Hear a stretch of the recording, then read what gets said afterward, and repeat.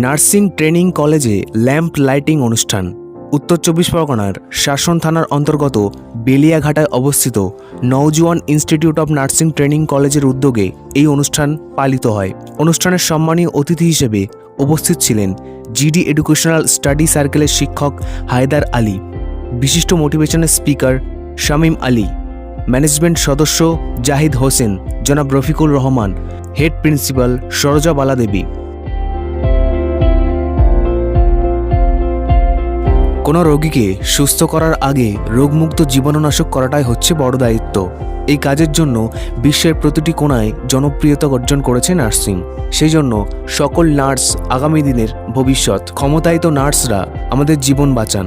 কলেজের প্রথম, দ্বিতীয়, তৃতীয় বর্ষের ছাত্রীরা এই অনুষ্ঠানে অংশগ্রহণ করেছিলেন এবং মহামানবিক জীবনী নিয়ে কবিতা আবৃত্তি, নাটক, বক্তৃতা, নৃত্যের মাধ্যমে মনোজ্ঞ সাংস্কৃতিক অনুষ্ঠানটি পালিত হয়।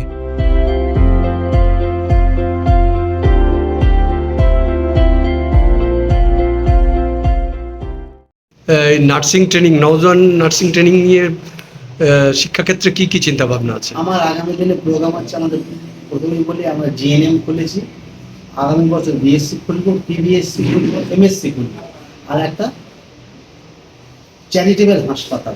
আমার একটা চ্যারিটেবল হাসপাতাল করার খুবই ইচ্ছা।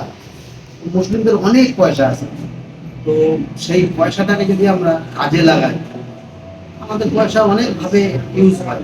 যদি আমরা চ্যারিটেবল একটা হাসপাতাল করতে পারি, যেমন খ্রিস্টান মেডিকেল কলেজ যেমন আছে ভেলোরে, সারা বিশ্বের, ভারতবর্ষ তো বটেই, পৃথিবীর আমাদের প্রতিবেশী বিভিন্ন দেশ থেকে ওখানে চিকিৎসা করতে আসে। কেন? তারা একটু চ্যারিটেবল, অনেক দুরারোগ্য ব্যাধিতে অনেক কম পয়সা তারা চিকিৎসা করে।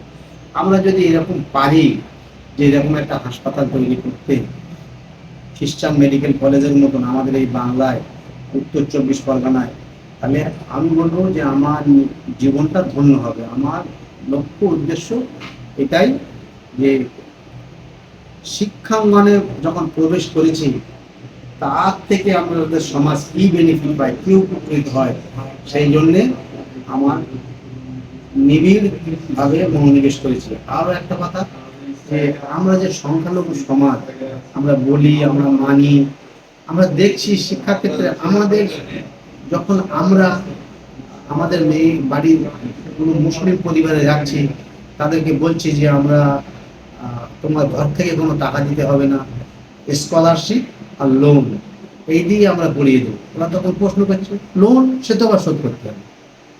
তাই বললাম, দেখা তো গভর্নমেন্ট, এটা তো সরকারের ক্রেডিট কার্ডের মাধ্যমে পড়ানো হয়, সুতরাং তোমাকে ঘর থেকে টাকাই দিতে হচ্ছে না।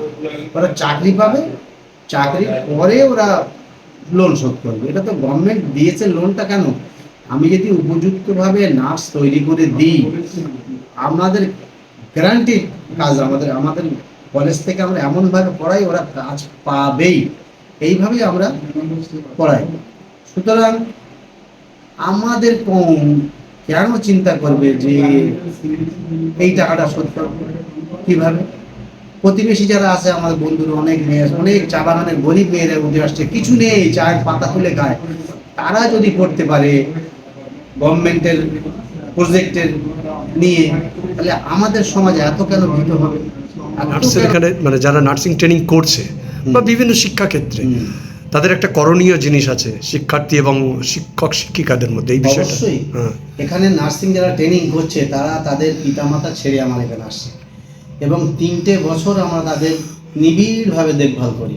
তাদেরকে তাদেরকে বলছি, দেখো এখানে প্রিন্সিপাল 24 ঘন্টা থাকে, আর একজন তোমাদের অভিভাবক আছে আমাদের রফিকুল হাসান সাহেব, কৃষ্ণনগরের বাড়ি, প্রায় 24 ঘন্টা থাকে।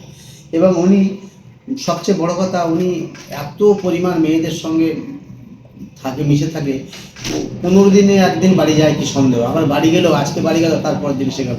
তাই বলছিলাম, দেখো আমরা তো আসি থাকি না, কিন্তু ওনারা দুজন থাকে, ওদেরকে তুমি রেসপেক্ট করো। তো বাবা মাকে রেসপেক্ট করো,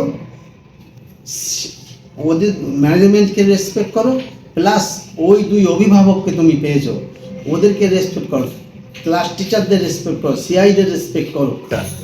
সেই উপলক্ষে নওজোয়ান ইনস্টিটিউট যে আছে আপনার, তার তরফ থেকে কি বার্তা দিতে চাইছেন? আমরা আমাদের মেয়েদের নিয়ে আজকে একটা প্রোগ্রাম করলাম, যে প্রোগ্রামের মধ্যে মেয়েরা নার্সিংয়ের first year, second year, third year, তিনটে যে আমাদের জিএনএম নার্সিং কোর্স চলছে, এই তিনটে কোর্সের তিনটে ক্লাসের মেয়েরা আজ একটা খুব মনোরম অনুষ্ঠানের মাধ্যমে নার্সিংয়ের জনক যাকে বলা হয় ফ্লোরেন্স নাইটিঙ্গেল, তার জন্মদিনটা, তার জীবন বৃত্তান্ত নিয়ে আলোচনামূলক, গঠনমূলক অনেক আলোচনা করেছে এবং তিনি যে কিভাবে বিখ্যাত হলেন এবং নার্সিংয়ের জনক তাকে কেন বলা হয় সেটাও তারা ছোট্ট একটা নাটিকার মাধ্যমে দেখেছেন। নার্সিং পেশাটা খুব নোবেল পেশা এবং ফ্লোরেন্স নাইটিঙ্গেল